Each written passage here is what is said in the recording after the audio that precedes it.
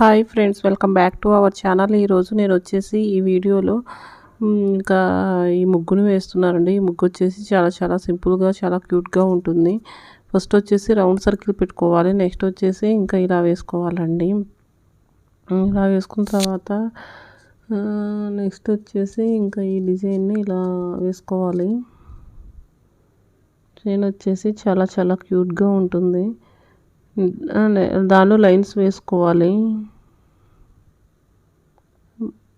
Lines fill చేసుకున్న తర్వాత ఇంకా ఈ ముగ్గు వచ్చేసి ఇంకా ఇలా వేసుకోవాలండి.